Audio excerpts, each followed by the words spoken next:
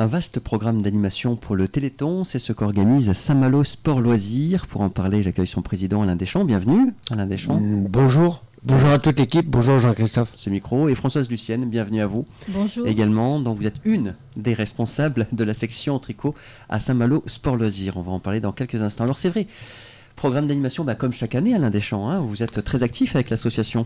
Très chargé, avec des personnes très actives qui contribuent bien sûr à la bonne marche du Téléthon.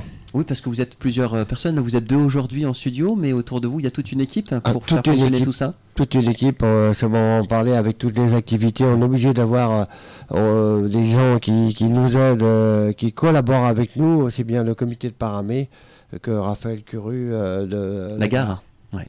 Alors c'est vrai que ça commence ce programme d'animation, enfin ça continue en fait en réalité, parce qu'il y a déjà eu une animation le 19 novembre, on peut peut-être en toucher deux mots, oui. Oui, c'est vrai, c'était une réussite, puisque avec Bernard Hinault, qui est notre ami maintenant à l'association. Grand cycliste. Il nous avait conseillé de faire un petit peu plus rapide, dans le temps rapide, on va dire, aïe, je vais y partir. Mois de décembre, c'est vrai que c'était un peu juste par rapport à la saison, météo et ainsi de suite.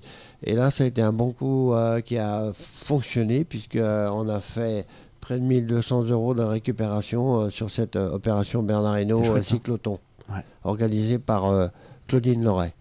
Oui. Cheville ouvrière aussi, hein, depuis toutes ces années. Très cheville ouvrière, oui.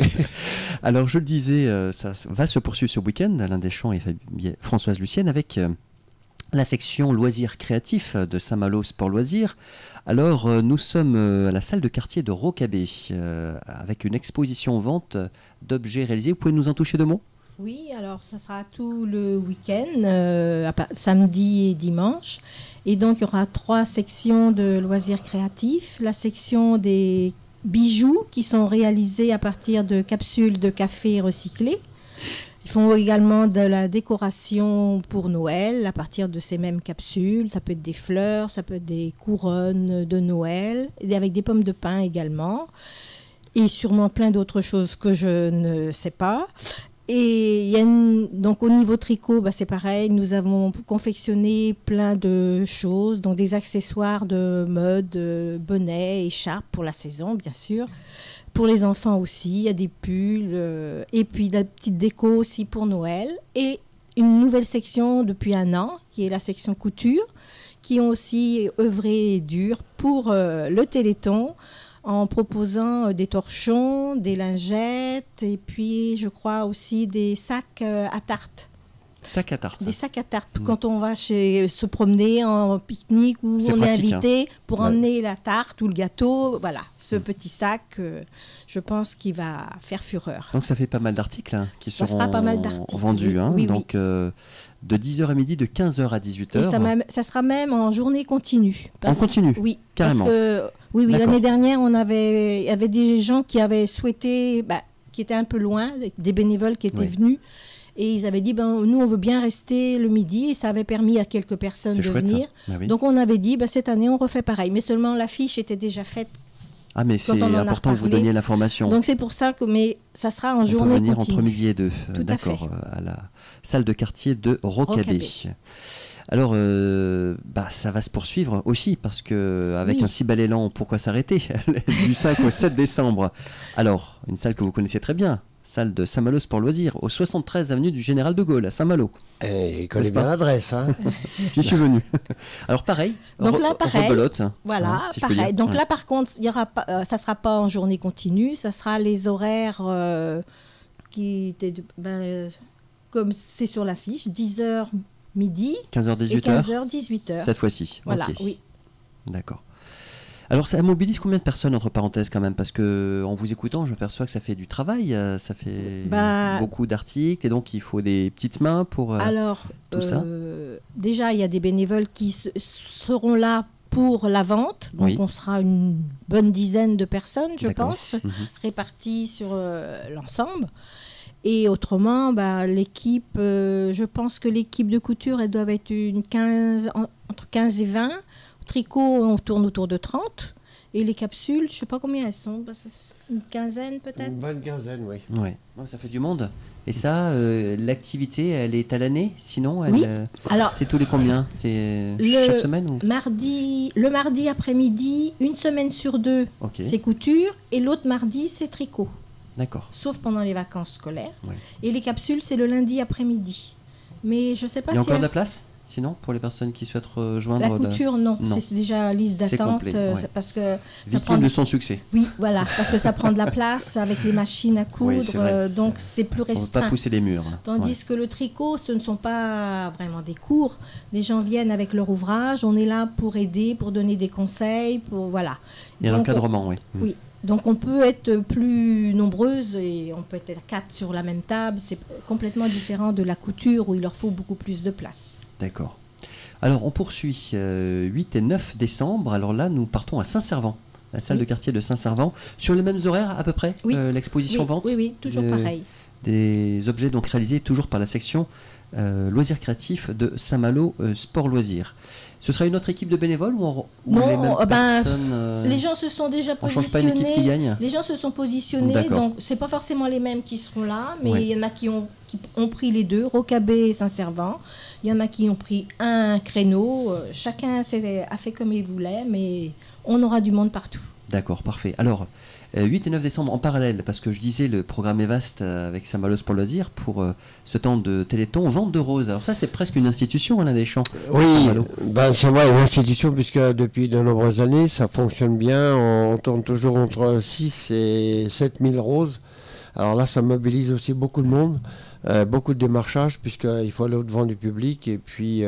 Qui accueille favorablement généralement les... oui, à 99%, c'est très rare qu'il y ait un refus puisque, vous savez, lorsqu'on donne quelque chose en contrepartie, la personne est très heureuse d'acheter une ou deux roses pour son mari ou X personnes.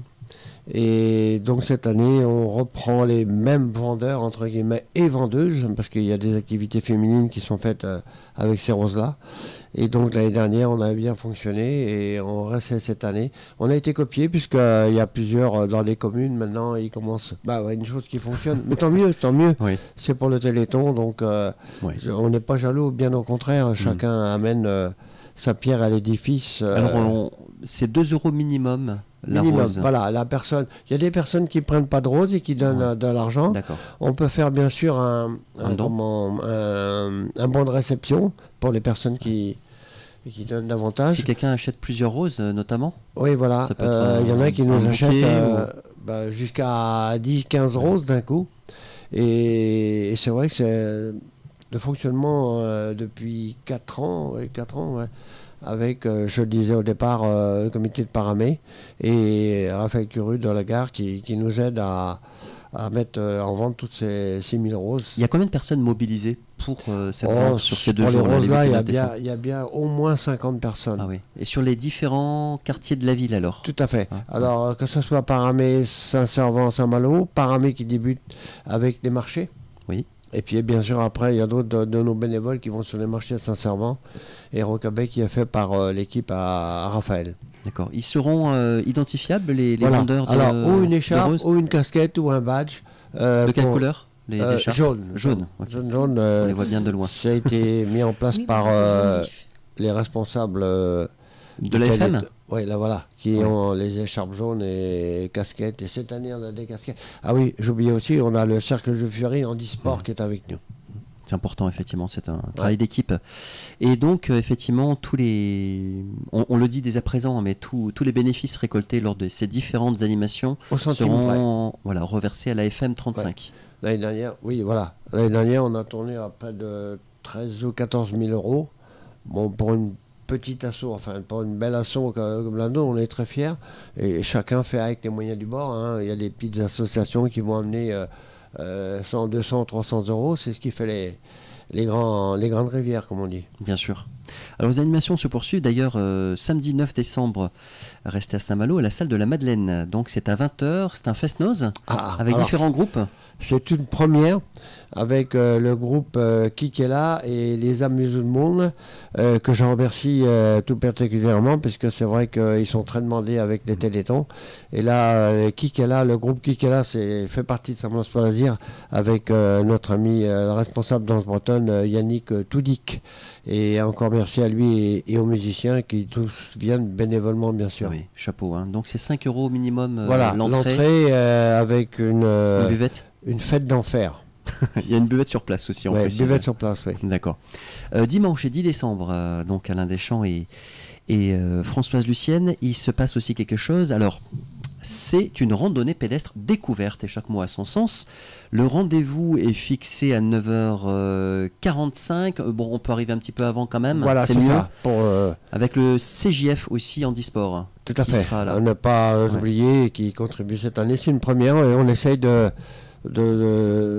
joindre avec nous plusieurs associations, puis on est fou entre guillemets, puis on fait le travail.